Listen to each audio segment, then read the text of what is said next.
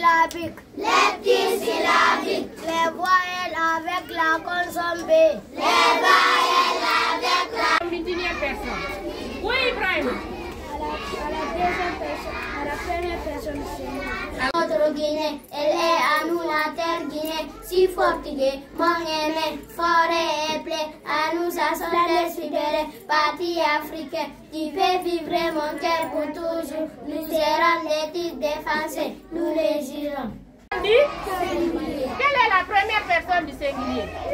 Qui va me dire la première personne? Une fois encore. Moi, c'est M. Jean-Claude Tamba Ifono, directeur de l'école Sinaï Bissau, située dans le quartier Bar Militaire, plus précisément à Ontumukouva. Ok, l'administration se passe très bien, malgré que nous sommes à l'étranger, parce que vous n'êtes pas sans savoir que ce pays-là, c'est un pays lusophone. On a pu créer l'école, cette école française, pour pouvoir encadrer des enfants, avec les encadrés et des enseignants qui sont des enseignantes et des enseignants qui sont là, ça se passe très bien.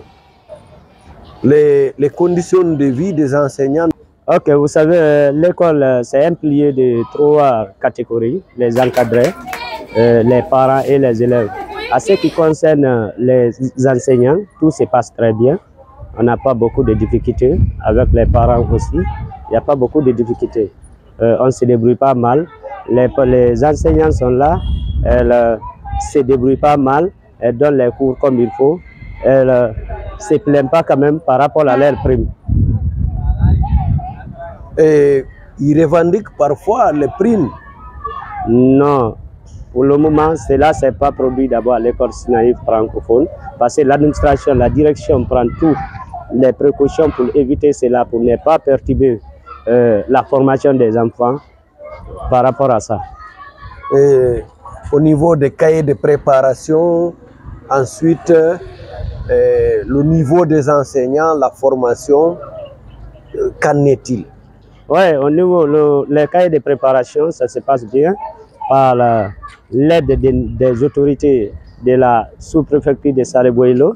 Ils viennent ici nous assister à chaque ouverture des classes. Ils viennent ici nous assister pour voir les enseignants qu'on a recrutés, est-ce qu'ils ont le niveau, est-ce qu'ils peuvent faire la préparation des leçons et pour venir les dispenser. Donc si cela n'est pas là, ils cherchent, ils se mettent sur pied pour former ces enseignants et les enseignantes recrutées. Bien, mais vous êtes dans un hangar, oui. C'est une école de la Guinée-Conakry qui oui. Se trouve dans la capitale bissau-guinéenne, oui. On appelle Sinaï. Oui. Les conditions de vie, je vois, c'est sous un hangar.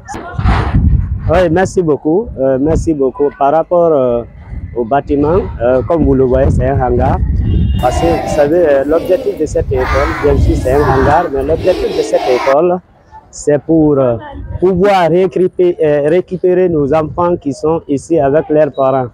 Vous n'êtes pas sans savoir qu'en Guinée-Bissau, il y a une forte communauté guinéenne ici et qui ont parfois les difficultés pour la formation de leurs enfants. Parce qu'il y a d'autres qui sont obligés de mettre les enfants dans les écoles lusophones, c'est-à-dire les écoles portugaises.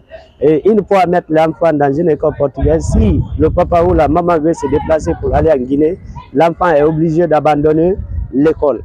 Donc on a vu tous ces facteurs et pour résoudre à ce problème, on a mis ces hangars en place pour pouvoir récupérer ces enfants de nos parents de la Guinée qui vivent en Guinée-Bissau. L'infrastructure ne répond pas aux critères.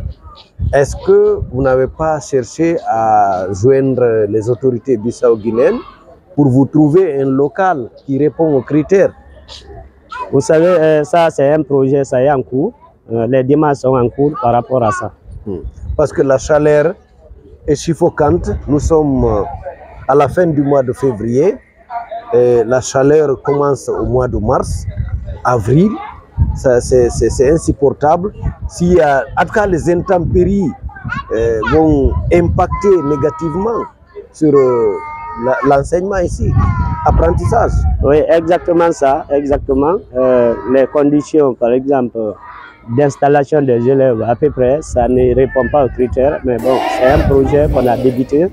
ça ne fait pas trop longtemps, il y a les démarches pour pouvoir résoudre ces problèmes. Malgré tout, les années précédentes, donnez-nous les résultats, les statistiques pour l'examen d'entrée en 7e ou le brevet. Pour le moment, merci beaucoup. Nous avons eu à présenter 2 fois les candidats à l'examen d'entrée en 7e année. Nous n'avons pas d'abord le niveau du collège, le niveau du BEPC, mais les 2 années, c'est-à-dire l'année scolaire 2023, 2022-2023 par exemple, on avait présenté 8